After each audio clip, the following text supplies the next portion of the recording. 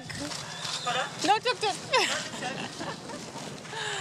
So this is part of our ritual. We walk out of the garden village and all the cute little tuk-tuk drivers are like tuk-tuk, tuk-tuk, tuk-tuk. This is our last time walking through town. This is our last time going to our restaurant. Look, the kids are like so busy talking or discussing. They know the way. They don't need me. We go to Pasachas. I can't pronounce it. I'll know it like next month after we're out of here. So we're going to Pasachas for the last time, walking down our street for the last time.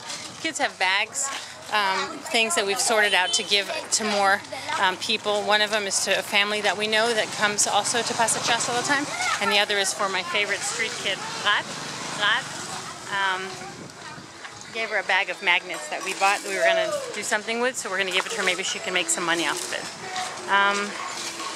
So I wanted to say that we're leaving, and like some people, like everything gets more significant now.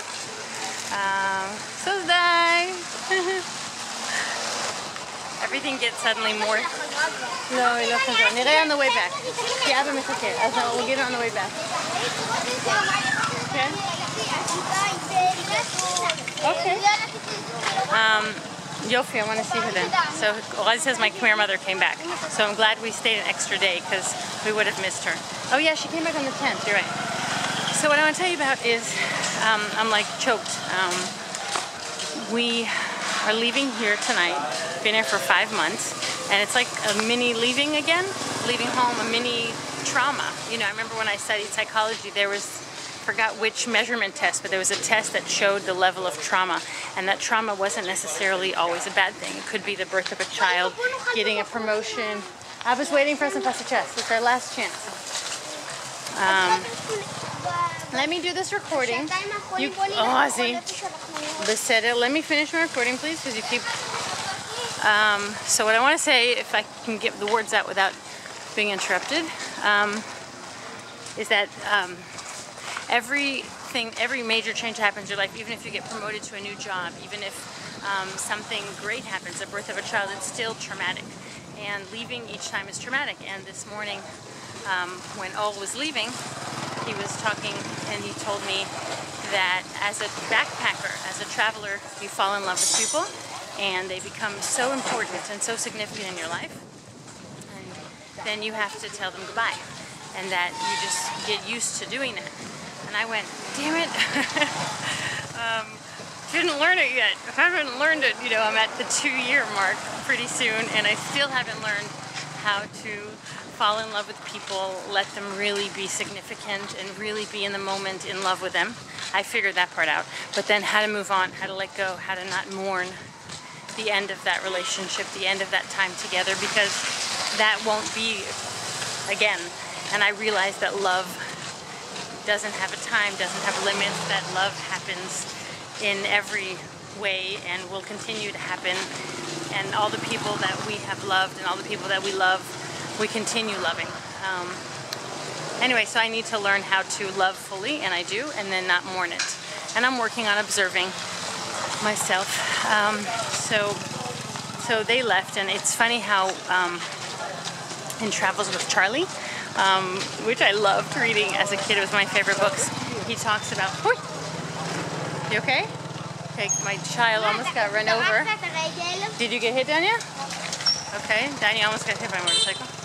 That in Travels with Charlie, Steinbeck talks about how right before he left home, how his bed was so sweet and his wife was so beautiful. And, you know, and now that we're leaving, I'm like, oh, but I have a fridge, a little fridge, you know, and I have a table and I have chairs, and I'm only paying so much a night, and I know everything. And as I walk down this familiar street, you know, I know half of the store vendors, and I have friends, and you know, and I'm like, suddenly these little insignificant things. That's why I started the video with the tuk-tuk drivers right outside the hostel, because suddenly the super insignificant, mundane things become really significant. You know, tomorrow morning, I won't have my tuk-tuk drivers, right? So, dealing with letting go, moving on, and I'm still I'm optimistic. I will die an optimist. Did you hear that joke? What's the difference? What is an optimist? No, what is a pessimist? An optimist with experience, right? So I'm taking what Ole said. I love that he became a teacher for me in many ways. And I love that my kids are teachers for me, and that, you know, anyone can become my teacher and give me things. And I'm really grateful for that. And I take that I want to learn again and again and again. I'll keep having to face this lesson, how to fall in love and move on. And take that love with me and not be mournful and sad about things that no longer exist. And I apply that to my life here, that I'm leaving Siem Reap and I want to just be joyful about it.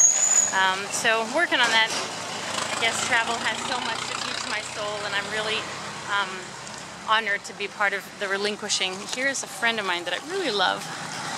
We don't speak anything common. For some reason, everything I say in Khmer she doesn't understand. Suzday! Today,